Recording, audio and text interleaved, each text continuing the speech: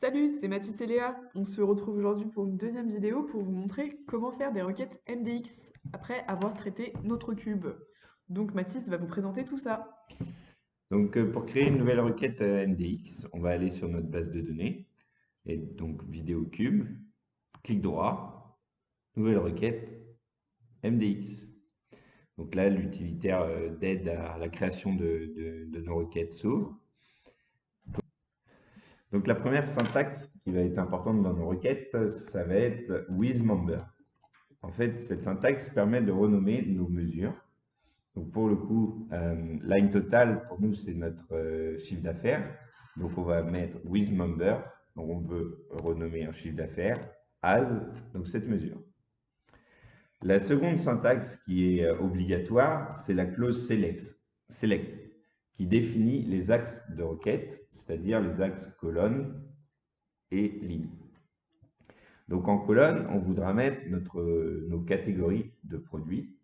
Il faut bien faire attention à mettre 2 fois pour avoir chacune des catégories de produits. On, column.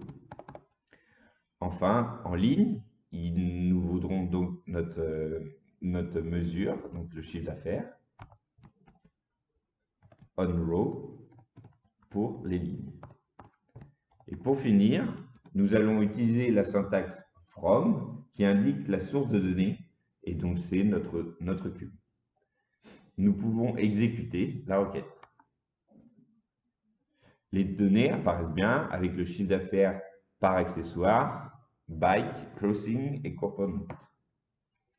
Maintenant, nous allons essayer d'améliorer cette requête.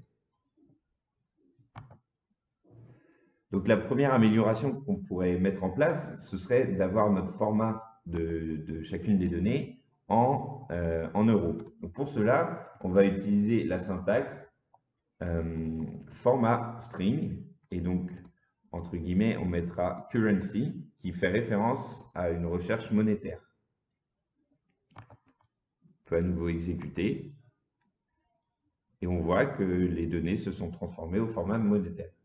Là, tu n'aurais pas une autre idée pour améliorer notre requête? Alors là, on voit qu'il y a le produit catégorie name unknown qui apparaît avec une valeur nulle. Donc ce serait mieux, c'est sûr, de l'enlever. Donc pour ça, on va ajouter ici, faire un moins et rajouter en fait cette même ligne en remplaçant le dernier produit de catégorie, name, par unknown, qui est donc bien le champ qui apparaît là.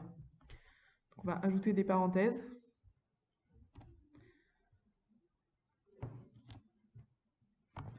Et donc le fait qu'il y ait un moins, ça va enlever la produit de catégorie unknown. On va exécuter. Et voilà, il n'y a plus le unknown.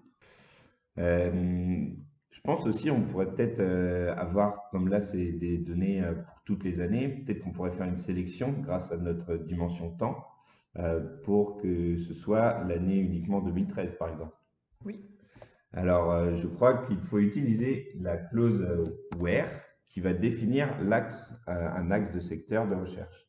Donc on utilise where, donc l'année est équivalente à 2013. On exécute à nouveau la requête.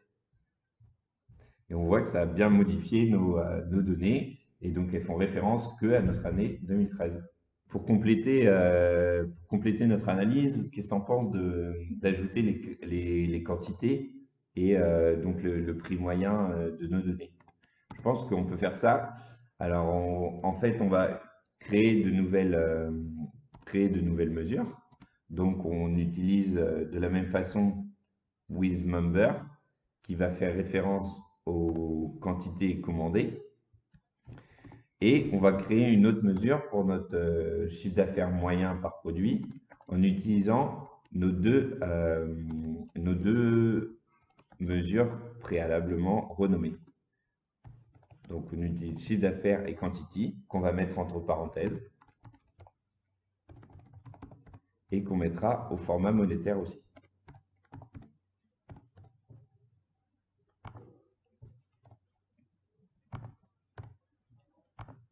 Ensuite, pour une question de mise en forme, on peut utiliser la syntaxe set as. Donc on fait set avec le nom de notre indicateur, donc set indicateur as. En fait, ça permet de regrouper des mesures sous un même nom pour faciliter la lecture.